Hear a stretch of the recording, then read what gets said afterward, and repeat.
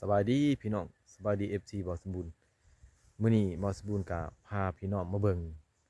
บ้านตัวนี้เป็นบ้านที่ว่าน้อยที่สุดพี่น้องเอ้ยแต่ก่อนน่ะบ่สมบูรณ์เคยเห็นแต่บ้านอันมี5หลังคา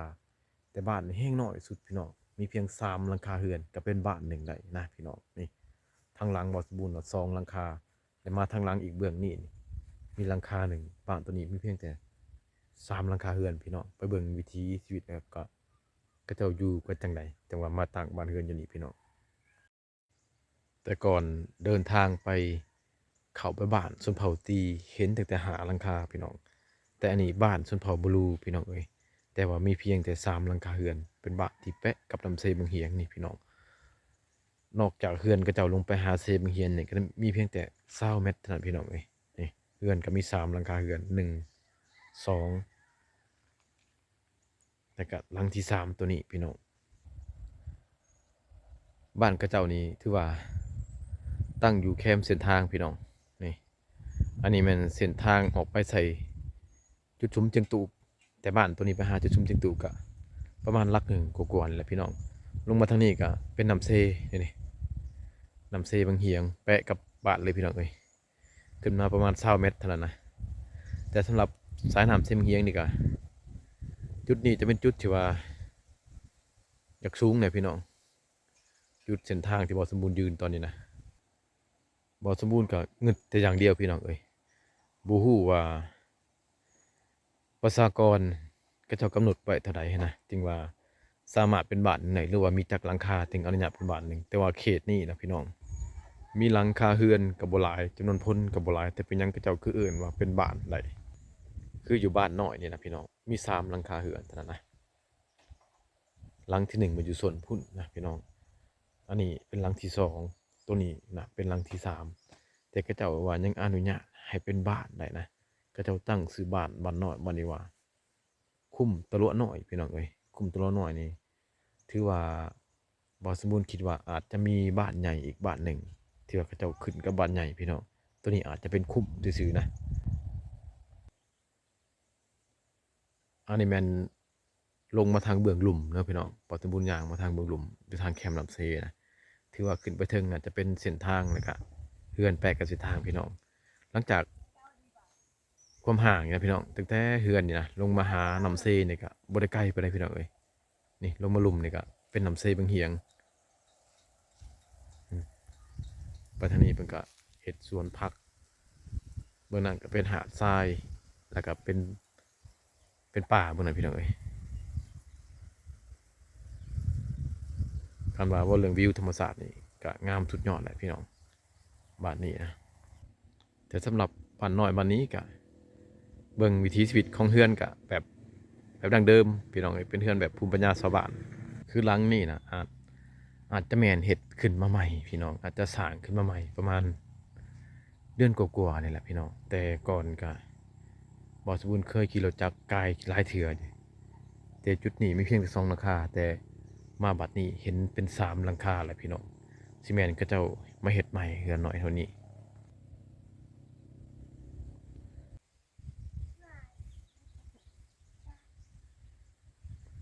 ก็โอ้มีคนอยู่พี่น้องเอ้ยตะตัวใหม่เนาะดงเนาะดนเลยเฮ็ดเฮือนนี่ดูเมื่อได้บ่เดือนหนึ่งเออเฮ็ดเองบ่ปัวบ่ตาดงนี่ยากก็ได้เอออันนี้ปิไปเลี้ยงพี่น้องนี่เบิ่งสภาพเฮือนเพิ่นเด้อโอ้นี่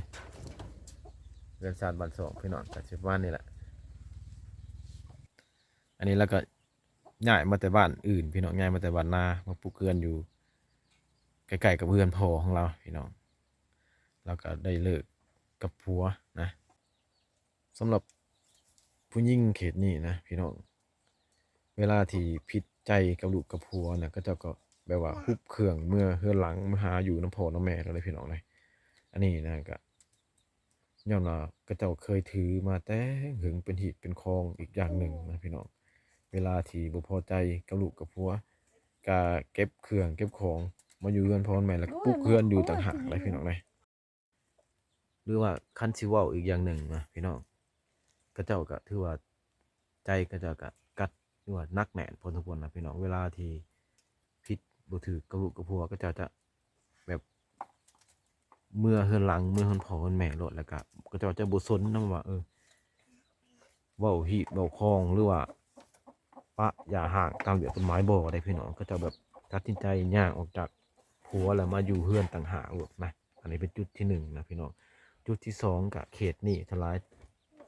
จะเป็นแบบว่าเสือถือพ่อแม่เป็นใหญ่เป็นรักกว่าที่ว่าระเบียบของบ้านของเมืองนะพี่น้องถ้าพ่อแม่บอกว่าให้กลับ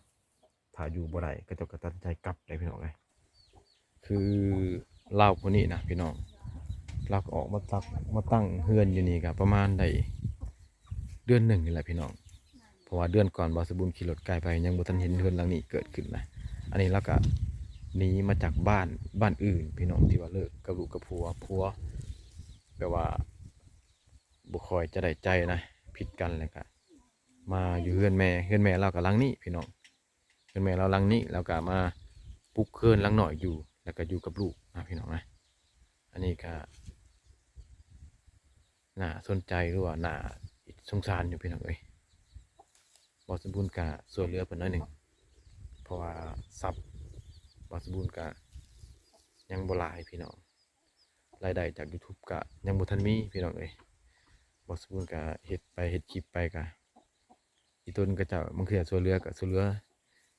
งบตัวเองลำหน่อยนี่แหละนะพี่น้องรูปแบบของเฮือนพี่น้องกะส่วนหลายจะเป็นแบบนี้หมองดังไพ่นี่นะหมองดังไพ่พี่น้องอยู่นี่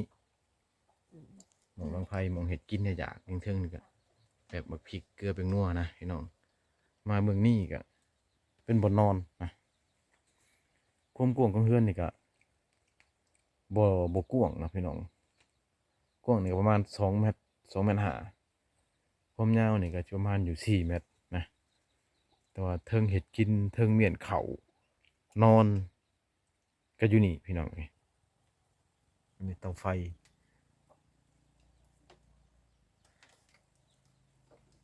นี่อันนี้มันเครื่องแต่งอยู่กินหวด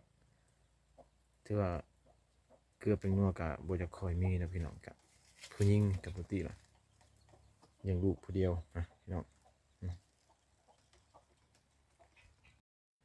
สำหรับวิถีชีวิตของสุดพอบลูนะพี่น้องส่วนหลายเขตนี้นะถ้าว่ายูทูบเบอร์หลายท่านเข้ามาถ่ายคือจิฮูจักดีว่าเขตนี้นะไม่ห่างหลายสาเหตุก็จันว่าก็เจ้าพิษใจแหละก็เจ้ามือเฮือนหลังโลดพี่น้องก็เจ้าบ่สนว่าทาระเบียบบ้านเมืองเขาไปตัดสินว่าไผถูกไผผิดฝ่ายใดฝ่ายหนึ่งบ่พอใจแหละก็ถือว่าฮุบเครื่องมือเฮือนหลังโลดก็ส่วนหลายมีแต่ผู้หญิงแหละพี่น้องมือเฮือนหลังมือเฮือนพ่อแม่ก็ว่าเลิกกับลูกกับผัวนั่นน่ะจู้จะแลกินนี่นะปิ chú tệ tạ đi ai à tạ bồi rồ เออ tạ rồ ตารูสวัสดใหญ่นุ่มสวัสดนะ năm nhẹ năm tạ rồ con anh đi Ừ. chụp bè mút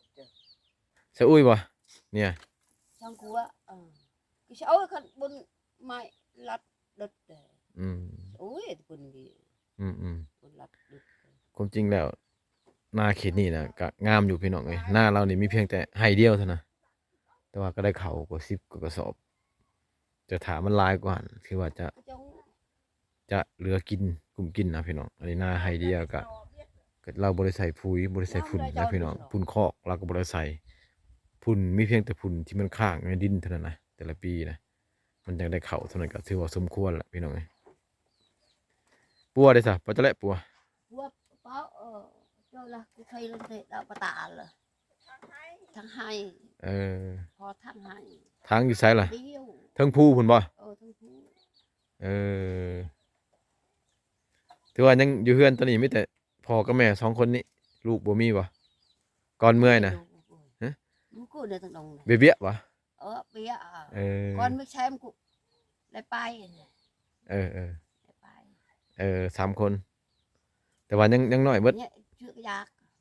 โอ้ตังดงนี่ บัว ว่าตังดงนี่สินะ ดงมันนะ ยังผู้หนึงยังเบี้ย แต่ทำแต่ทำหนึ่ง ๆเออ อาละบ่าว เออ อาละบ่าวโอ้ยละบ่าว สิ นอน เออ น่ะ สิ ซิกามอเนาะ โอ้มันน่ะสิกมอน่ะ 10ได้บ่ มันยิงได้มันยิง ได้บ่18 20 เปิ้นทำกี่โอ้ย10 ปีอืมเรามีลูก3คนพี่น้องอันผู้ที่1ผู้กกกะตัวแม่ห่างกินนี่ผู้บ่าวสมบูรณ์ทายพี่น้องเบิ่งกันแหละเรามาเฮือนหลังนั่นแหละผู้ที่2กะไปอยู่เฮือนผัวอยู่บ้านอื่นนะพี่น้องผู้ที่3กะยังน้อยอยู่ถือว่าจะเหลือแต่2เฒ่าเฮ็ดไร่เฮ็ดสวนนะพี่น้องเอ้ยอันนี้เอามาต้มให้หมูบ่อันนี้อีหยังแม่เอิ้นหยังอันนี้ หมูกิน ให้หมูกิน โอ้ สตอยเมื่อยว่าได้นี่สตอยเมื่อยนี่ นั่งโจมบ่เหยียดออกไหน อันนี้นะ เอ้อ นี่สตอยเลี้ยวอ่ะบอน บอนนะ สตอยเมื่อยเด้อ อันสตอยให้ได้ระทึก ระตึก ระทึก ระตึกอื้อหือเบิ่งระตึกเดี๋ยวมันจะได้มัน บึก บาดจ้าตะเบิ่นซอยเหรอ อุ้ยช่วยทน ว่า นะจ้าเกากันน่ะ กล้วยกระจ้าได้บ่ นะจ้าไอ้ละแชง กล้วยจ้าอลิจ้า จ้าอลิน้องจ้า อลิกระจ้ากล้วยกระจ้าก ล้วยจ้าละ อลิจ้า เนยเกากันน่ะ อันนี้นะเอาอยู่ภูบ่แม่อันนี้นะน้ำเต้าน้ำแม่นี่ น้ำหุยได้ไหน เอาในน้ำห้วยบ่ น้ำหุยได้ไหนนะ สะอุ้ยบ่ ช่วยเออ น้ำหุย อันนี้หัน น้ำน้อยๆ เราเอามาให้หมูกินพี่น้องเอามาต้ม นายหน่อย ต้มใส่ เกากันจ้าเอ็ม ต้มใส่ แซ่บ ห้ำที่เรานั่นแหละตะตำนั่นแหละ แต่เตา สีล้ำละอลิเมื่อยนะ แล้วมาลำอากาศนั่นแหละมาเปล่าน้ เออ ำพอช่วยจ้าน้ เราว่ามีหมู หากิน 2 โตวพี่น้องเอ้ยแล้วเราปล่อยมันเขาหากินอยู่ป่าเท่านี้แหละขันการเลี้ยงเท่านี้ก็ใส่ทึนโบราณดอกพี่น้องต้มนี่แหละหากมันหรือว่าอีหยังแหละเมถาเอามาแต่พูนี่ต้มให้มันกินกับหำที่ว่าเขาตำเขาแหละแต่ชวนร้ายกับเกลือกับมือหนึ่งเท่านึงเท่านั้นนะพี่น้องเกลือหั่นร้ายหั่นกับมันกะไปหากินเองมันนะถือว่าแนวคิดของกระเจ้านะพี่น้องจะเป็นแนวคิดแบบพื้นฐานหลายที่สุด แล้วก็คิดแบบธรรมศาสตร์หรือว่าเว้าอีกอย่างหนึ่งแนวคิดนี่เป็นแนวคิดแบบปฐมประธานแบบบูฮานเสือแต่ดังเดิมบูเสือวิทยาศาสตร์ยุคใหม่นะพี่น้องเอ้ยพี่น้องสำหรับคลิปนี้บอสบูนกะฝากไว้เท่านี้พี่น้องเอ้ยฝากอยู่ที่บ้านน้อยบ้านชนบทบ้านนี้แหละที่ว่ามีเพียง3 หลังคาเรือนแหละบอสบูนจะเดินทางกลับเจอกันใหม่คลิปหน้าพี่น้องเอ้ยขอขอบใจพี่น้อง